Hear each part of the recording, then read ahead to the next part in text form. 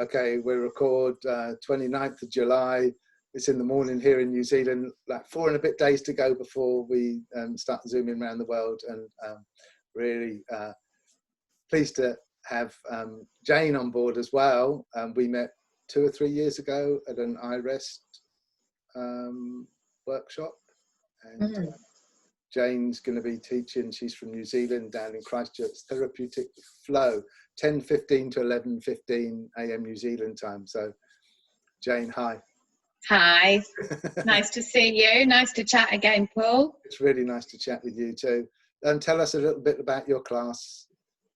So, what I've chosen for Sunday morning is a Therapeutic Flow class. So it's quite a gentle class that I think taps into the embodiment theme that you've got for this amazing day that we've all been invited to participate in.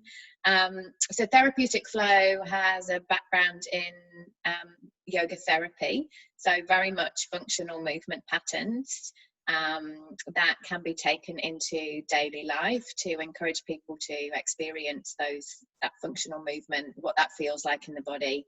And functional movement's really about ease. So it speaks to the of the conference of the day, and the specific focus that I've chosen for this particular class is about spirals.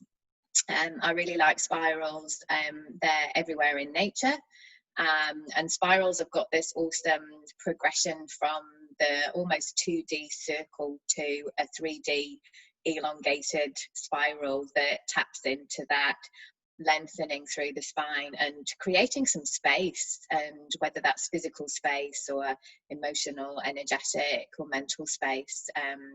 My objective is that the class will attempt to do all of those things through some movement. Fantastic. I'm going to do your class, that's for sure, because you're on after me, and I'm really interested in spirals as well and how they work through the body. So yeah, definitely keen to experience your take on it and what you have to offer. That's awesome. So cool. The next question, what's embodiment? Or what's your take on it? We could probably talk all day about that, Paul, but we probably need a cuppa. Yeah.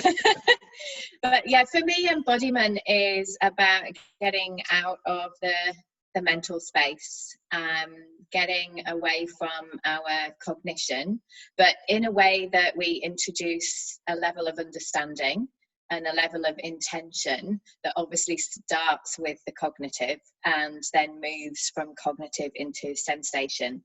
So understanding a little bit about the concept and the intention for a specific movement class, and then getting into how that feels. So moving into the sensory awareness, moving into that spatial concept of the body, and starting to feel into movement, or even imagine movement, and imagine movement more in that 3-dimensional capacity.